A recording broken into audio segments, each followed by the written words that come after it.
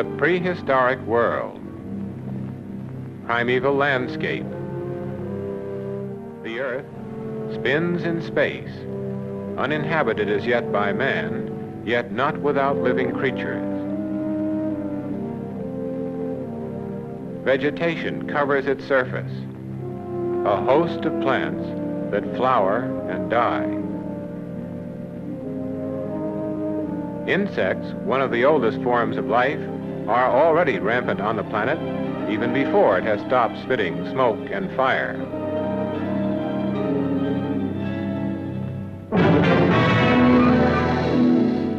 The Earth's surface is shaken by vast convulsions. Plants and animals are buried for thousands of years.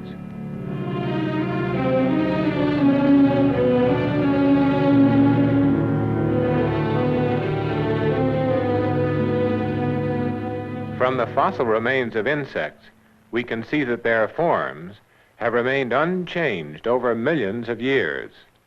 Nature will not be hurried.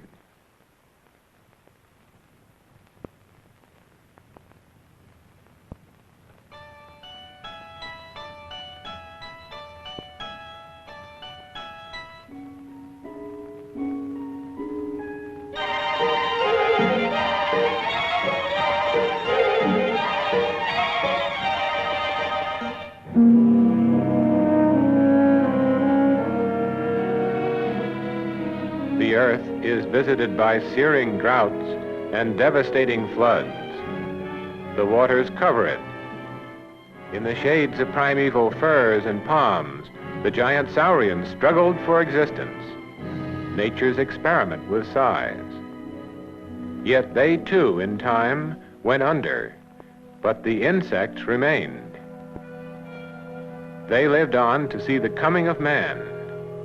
Like a mighty army, the mightiest of all armies, they are indestructible.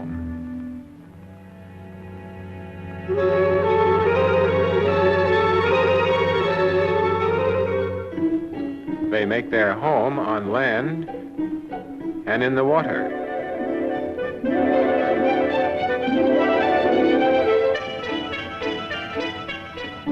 Insects can tolerate the burning sands of the desert as readily as the cold of ice and snow. Who is master of the world, man or the insects, nature's most persistent creatures representing 9/10 of all forms of life?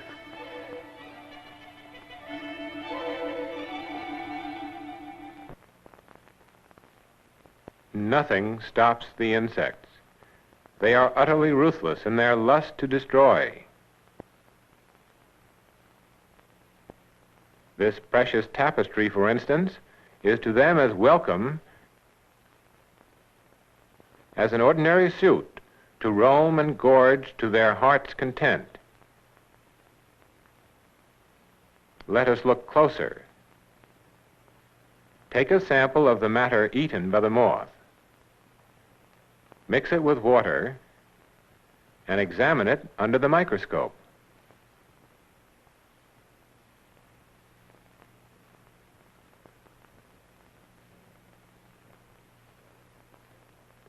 This insect has been eating wool. Now, the same sample magnified 300 times. It clearly shows that the wool fibers have been completely digested. This confirms the fact that wool must be the insect's natural food. Well, but you may ask, these insects that now eat wool, what did they feed on before the coming of man? The laws of nature are inexorable. Life alternates with death, and dead matter, the refuse of life, must not be left to decay and contaminate. Nature has her own scavengers whose job it is to remove this refuse, fur or feather, whatever it may be. To assist in this process of clearing what is dead is the never-ending task of the industrious army of insects. In their natural environment, the insects have their proper function as a necessary link in the great biological cycle, the various parts of which are purposefully attuned to produce a harmonious whole.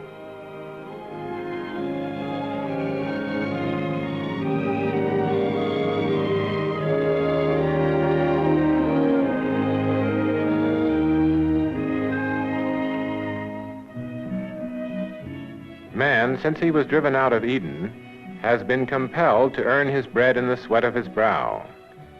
He began to till the soil, little dreaming that in doing so he was creating a new world, a paradise, in fact, for a whole host of insect pests.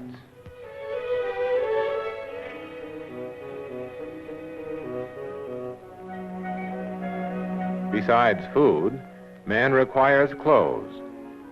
Wool is one of the earliest forms of protection against the elements. The moths, forsaking the functions assigned to them by nature, migrated from an inhospitable outside world into the homes of man. They became insects astray. And so the battle began.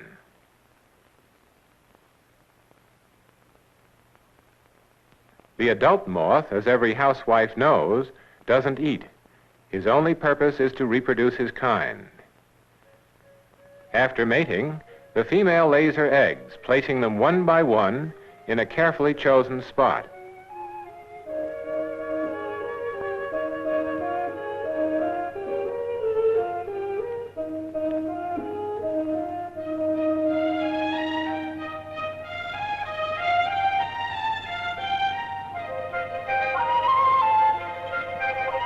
How generous is nature! Within a matter of hours, the moth has laid 100 eggs or more.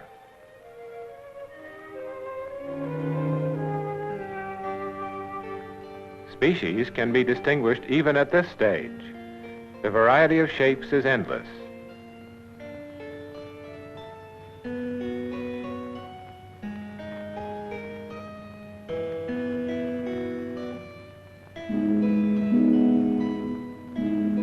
Growth within the egg continues. There is a food reserve for this in the egg itself.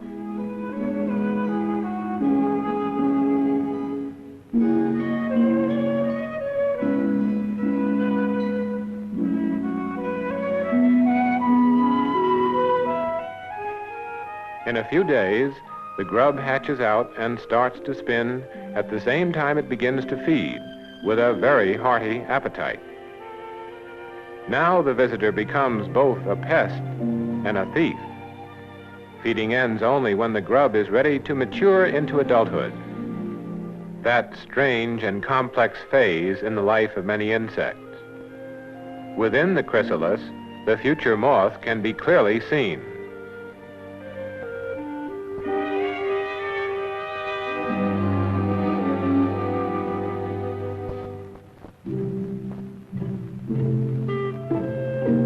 The emergence of the adult insect from the chrysalis is a laborious process.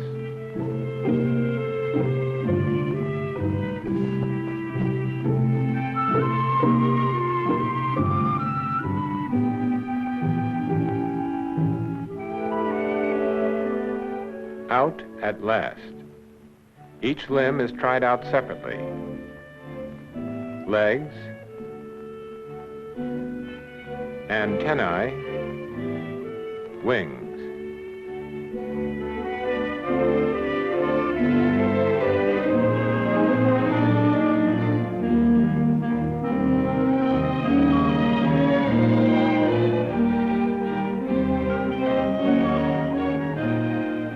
Gradually, the insect unfolds and stretches in the light of day, then sets about its only business in life, procreation.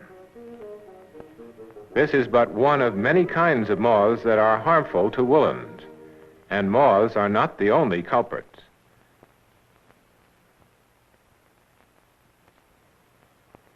Here are one or two examples of damage. A tear, a hole worn by rubbing, a careless smoker leaves his mark, an acid burn, smooth edges, a perfect triangle. Smooth edges again, but so many holes together that these were not done accidentally. They call for closer investigation. One of the visitors may have something to do with them. A slide, covered with a thin film of lacquer, is pressed on the damaged place.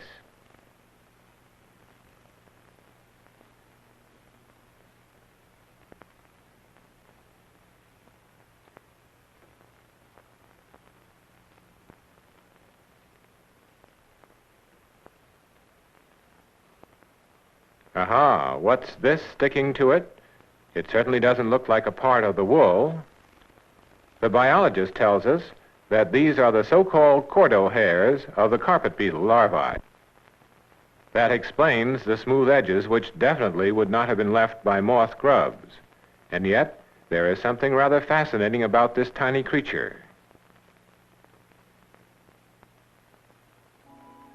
Here is a lovely scene. Flowers in bloom, mother and daughter, a warm summer's day, and a cute little beetle, almost like a ladybug. But beware. Harmless as he looks, he's the parent of one of the most destructive wool pests.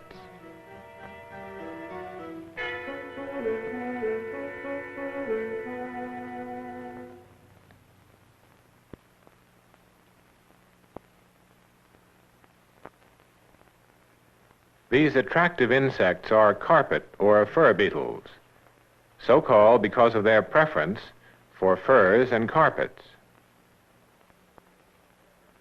They spend their early youth on flowers, but soon instinct drives them into our homes. They make for a dark corner, and here our unwelcome visitors lay their eggs.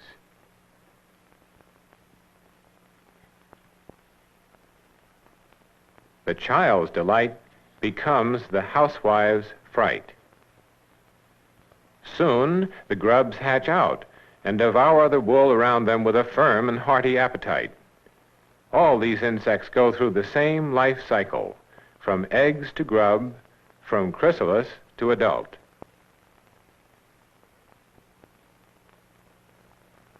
With its terrifying mandibles, the grub breaks up the individual fiber before swallowing it.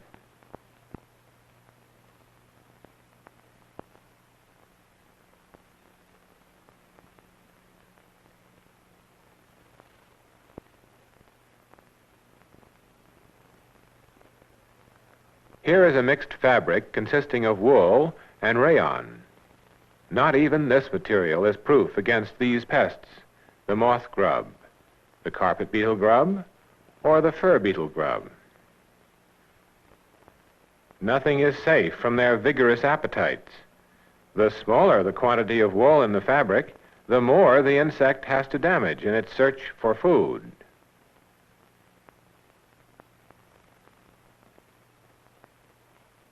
It's almost impossible to calculate the damage done by these pests.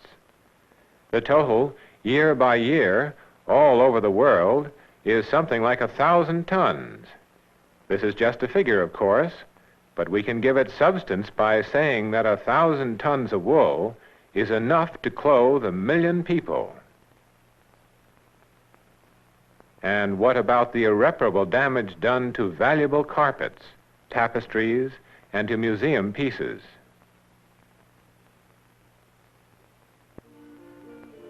In the good old days, all sorts of household remedies were used against the clothes moths.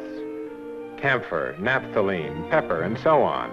The idea was that the vapors given off by these substances would keep away the moths. But the smell often far outlasted their effectiveness.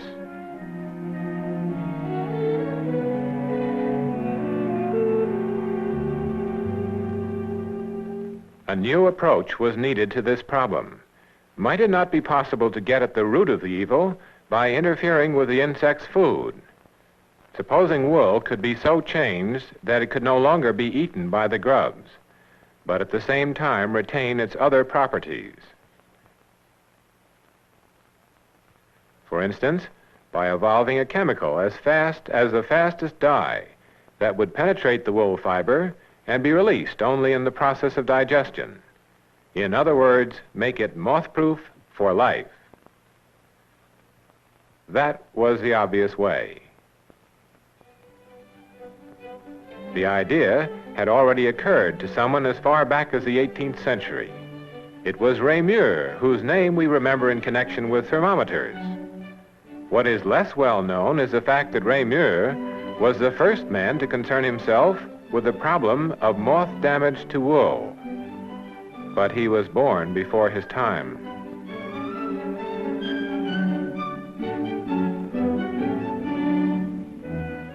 Here is a chemical laboratory about 1860, a turning point in the history of chemistry.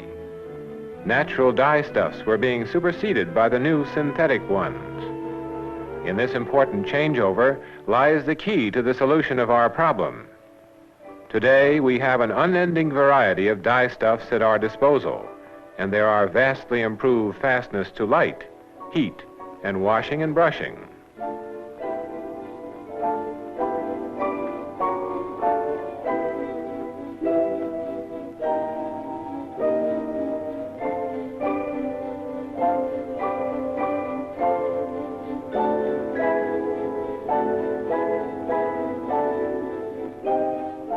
Properties hitherto undreamt of have been discovered.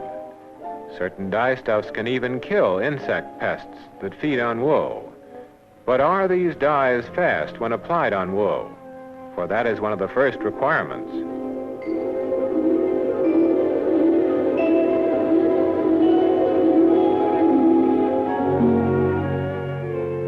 This dye has a good affinity for the fiber. Now let us try this wool on the insect. Yes, the insects die.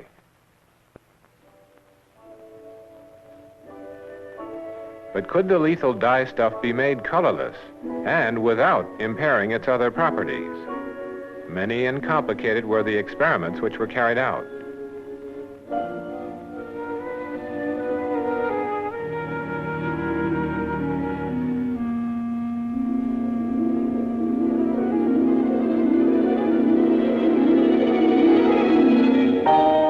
But eventually, success was achieved, and the new compound, diphenyl ether dichlorophenylurea, was given the name Mitten. But all isn't as simple as it looks. The manufacture of this new miracle has many problems, and from test tube to bulk production, the way was long and wearisome. The intricate and unique plant was developed by the skill of the chemical engineers, and today it produces scores of tons every day. Mitten is not a household article. In fact, its application involves a process which only experts can carry out to ensure that the protection is lastingly effective. The dye house is the place for it. It is a colorless powder soluble in water.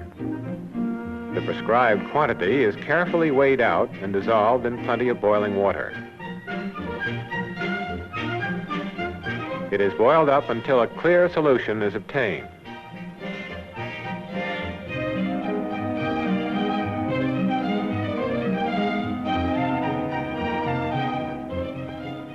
This is added to the dye bath.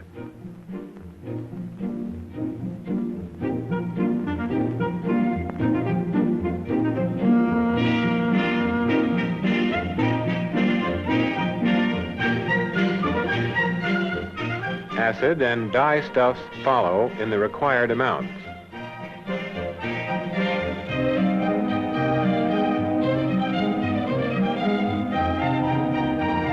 Temperature and acidity of the dye baths are carefully checked to ensure that mitten and dye blend evenly on the material. When they are taken up by the wool, the material is rinsed and dried.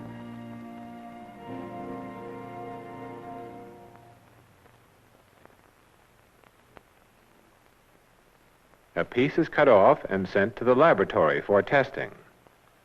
It cannot be distinguished from an ordinary untreated piece of wool by the naked eye, by smell, nor by touch. Only chemical or biological tests confirm the presence of mitten. Two pieces, one treated, the other untreated, are steeped in an alkaline oramin solution.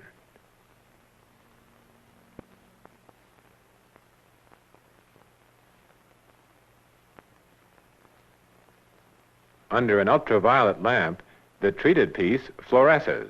The other does not. At the official testing station, the same piece undergoes a whole series of tests to prove that this moth-proofing is fast to washing. unaffected by dry cleaning,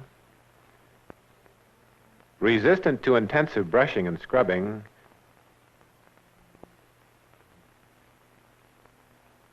fast to light.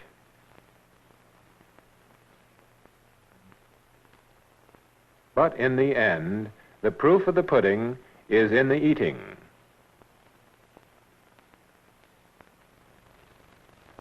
Here in the biological laboratory, moths and beetles are bred on a large scale.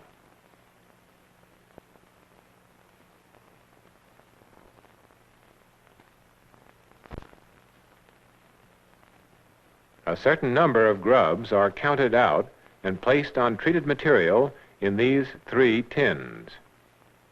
The same is done with untreated material.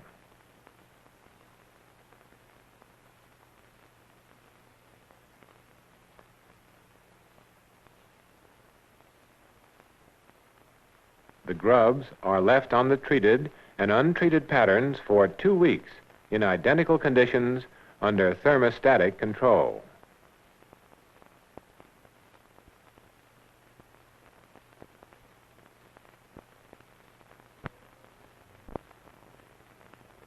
The test is complete. The treated material is undamaged. The untreated piece has been eaten to bits. A new weapon has proved its worth.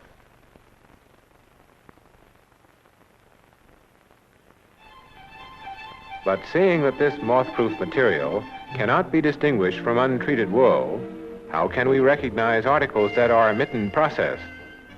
The information is on the label.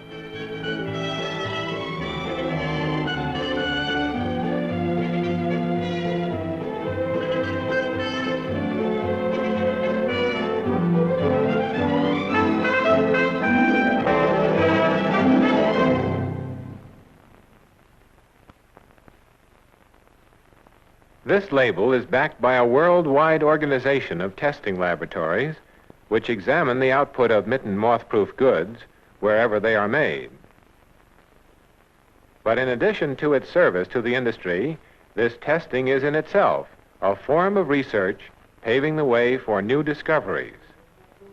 The aim is to force these wool-eating insects into a final and permanent retreat from wool. If all wool were made moth-proof, the wool-eating insects would find no food in our homes. There would be a mass migration out of our dwellings where life for them had become insupportable. They would have to go back from the wool-clad world of men to the original abode of their ancestors. The hordes of moths, of fur beetles, of carpet beetles would take to flight, and their departure would be as remarkable as the return of a great river to its ancient bed.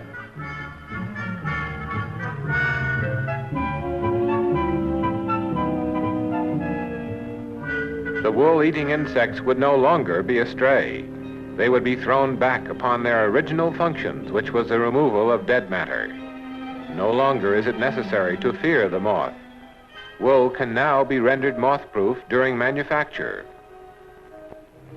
At last, forcing this pest to seek its food elsewhere in the ever-changing, everlasting biological cycle of the mysterious universe.